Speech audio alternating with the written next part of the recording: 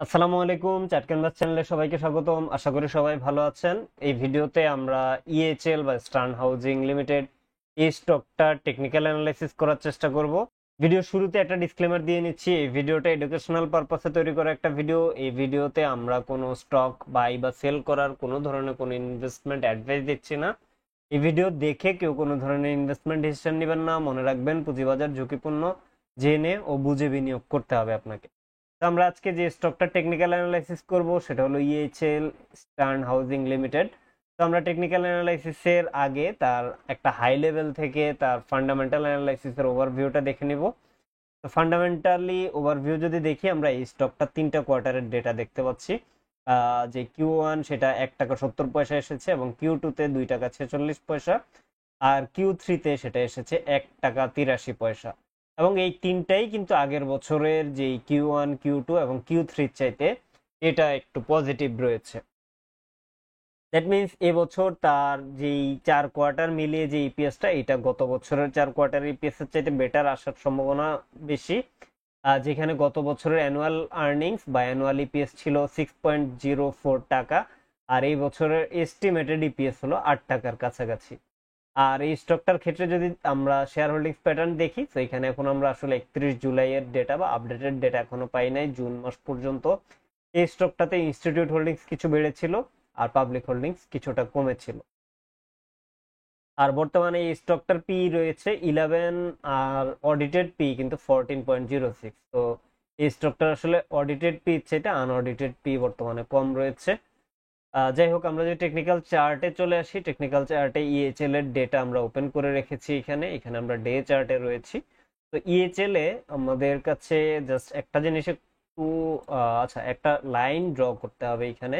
তো এই যে এই লাইনটা যদি আমরা ড্র করি এই জায়গাটায়, সো এই লাইনটা আসলে আমি ইভেন এইখানে যদি লাইন চার্টে চলে আসি, সো লাইন চার্টে এসে এই লাইনটা যদি আমরা কানেক্ট করে দেই, তো এটা তার জন্য একটা রেজিস্ট্যান্স লেভেল ছিল। সো এটা জাস্ট রেজিস্ট্যান্সের জন্য কিন্তু আসলে এই লাইনটা ড্র করি নাই। এই লাইনটা ড্র করার পেছনে একটা উদ্দেশ্য রয়েছে। তো সেটা হলো, এই লাইনটা যখন ড্র করবেন তখন কিন্তু এই চার্টে আপনি একটা জিনিস দেখতে পারবেন। তো সেটা যদি আপনি এখনো না দেখে থাকেন, আমি জাস্ট চার্টটাকে একটু অল্টার করে দেই, মানে আসলে নিচের চার্টটা উপরের দিকে নিয়ে যাচ্ছি। এটা কিবোর্ডে আপনি অল্টার আই প্রেস করলেই চার্টটা অল্টার হয়ে যাবে। তো এখনো কি আপনি কিছু খেয়াল করতে পারতেছেন কিনা?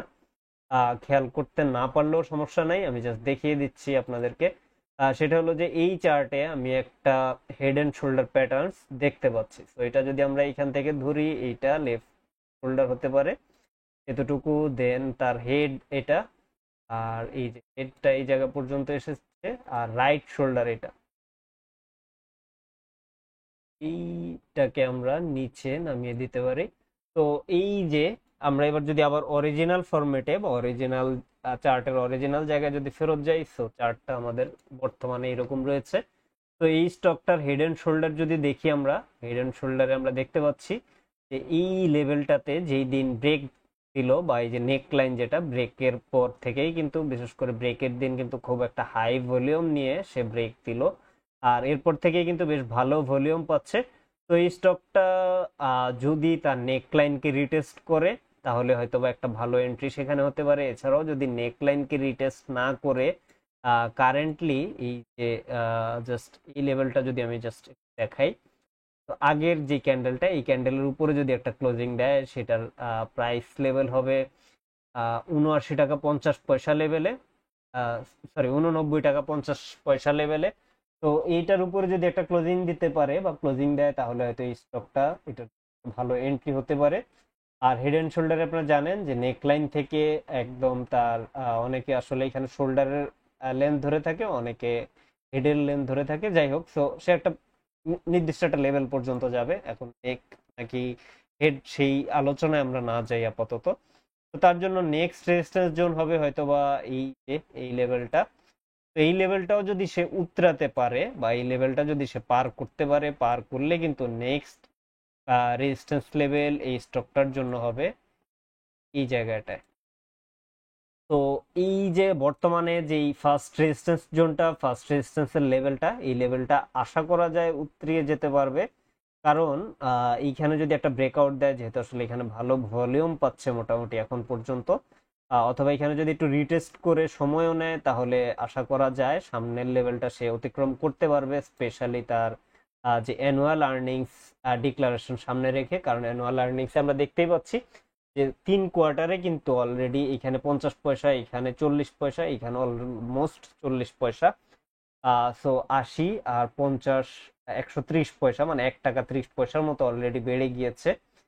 সো এই ওভারঅল তার আর্নিংস সামনে রেখে সে যদি এই রেজিস্ট্যান্সটাকে ব্রেকআউট দিতে পারে তাহলে হয়তোবা এই স্টকটার নেক্সট রেজিস্ট্যান্স লেভেল হবে এই জায়গায়। আমরা যদি এই স্টকটার জন্য জাস্ট ট্রেডের যেই এন্ট্রিটা সেটা যদি জাস্ট আমরা একটু ডিটারমাইন করি, সো কারেন্ট লেভেলেই আমি ধরতেছি, কারেন্ট লেভেলে ধরে তার প্রিভিয়াস যে লো এটার নিচে আমরা স্টপ লস ধরতেছি।